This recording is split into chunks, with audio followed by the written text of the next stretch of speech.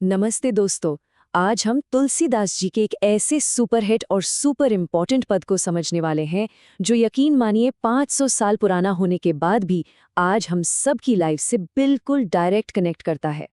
कभी ऐसा महसूस हुआ है कि कोई आदत, जैसे फोन स्क्रॉल करते करते घंटों निकल जाते हैं, या फिर काम को टालने की आदत, छोड़ना तो चाहते हैं पर छोड़ ही नहीं पाते, जैसे किसी अनदेखी चीज ने अंदर से जकड़ रखा हो?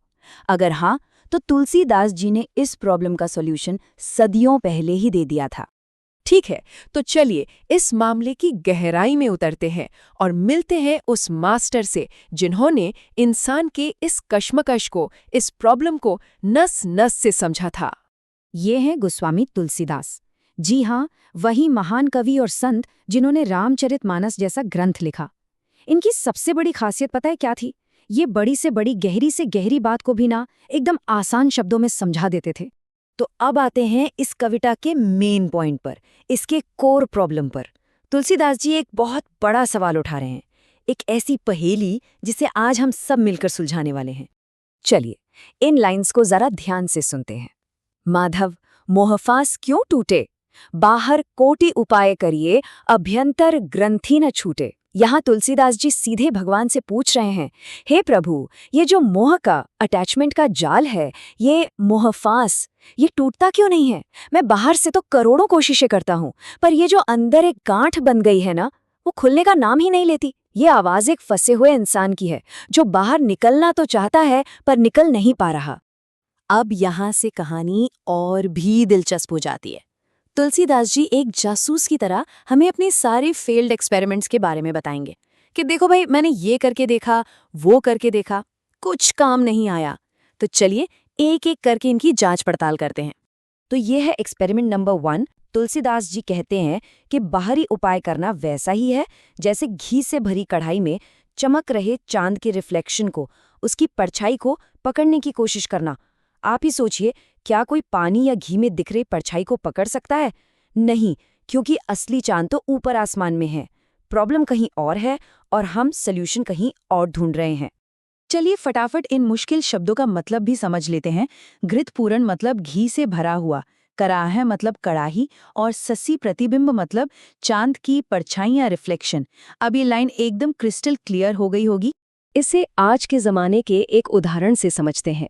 मान लीजिए कि कंप्यूटर में वायरस आ गया है और आप उसे ठीक करने के लिए क्या कर रहे हैं? आप मॉनिटर की स्क्रीन को कपड़े से साफ कर रहे हैं। अरे भाई, क्या वायरस हटेगा? बिल्कुल नहीं, क्योंकि प्रॉब्लम तो अंदर सॉफ्टवेयर में है, बाहर स्क्रीन पर थोड़े है। तुलसीदास जी भी यही कह रहे हैं, समस्या अंदर है, बाहर नहीं। अब आते हैं दूसरे फेल्ड एक्सपेरिमेंट पर। तुलसीदास जी कहते हैं, जैसे किसी पेड़ के खोखले हिस्से में एक पक्षी रहता है, तो पेड़ को काट देने से वो पक्षी नहीं मरता। जरा सोचिए तो, ऐसा क्यों? पेड़ तो कट गया, फिर भी पक्षी क्यों नहीं मरता? आसान है ना? अरे भाई, क्योंकि पेड़ कटते ही पक्षी उड़कर किसी और पेड़ पर चला जाता है। ये बिल्कुल वैसा ही है जैसे कोई फोन की लत से परेशान होकर अपना कमरा बदल ले, लेकिन फोन तो अपनी जेब में ही ले जाए। लत तो साथ ही चली गई। मतलब बाहरी माहौल बदलने से अंदर का अटैचमेंट खत्म नहीं होता, वो बस अपनी जगह बदल लेता है। और ये रहा तीसरा और आखिरी फेल्ड एक्सपेरिमेंट। कहते हैं कि सांप अपनी बाम्बी में है और आप उसे मारने के लिए बाहर से बाम्बी पर, मतलब उसके घर पर लाठियां मार रहे हैं। क्या इससे सांप मरेगा? नहीं, आप तो बस उसका घर तोड़ रहे हैं। असली प्रॉब्लम यानी वो सांप तो अंदर सुरक्षित बैठा है। तो ये भी एक बाहरी उपाय है जो पूरी तरह बेकार है। तो अब सवाल उठता है कि अगर ये सारे उपाय बेकार हैं, तो फिर सही उपाय क्या है? तुलसीदास जी ने हमें इतना इंतजार कराया, अब वो हमें असली समाधान, असली सल्यूशन बताने जा रहे हैं। ये है इस कविता का यूरेका मोमेंट। अब इन आखिरी लाइंस को बहुत ही ध्यान से सुनिएगा, क्योंकि पूरा सार, पूरा निचोड़ इसी में है। तुलसीदास हरि गुरु करुणा बिन, बिमल विवेक न होई, बिनु विवेक संसार घोर निधि, पार न पावे कोई। तो असली सल्यूशन एक सिंपल 3 स्टेप प्रोसेस है। पहला कदम, हरि गुरु करुणा, यानी भगवान और हमारे गुरु जैसे हमारे टीचर्स या माता पिता, उनकी कृपा। जब ये कृपा मिलती है तो आता है दूसरा कदम, बिमल विवेक, यानी शुद्ध ज्ञान, सही और गलत को समझने की शक्ति। और जब ये सच्चा ज्ञान मिलता है तो तीसरा कदम अपने आप हो जाता है, मोह फांस टूट जाती है। मतलब असली उपाय ज्ञान है, बाहरी कर्मकांड नहीं।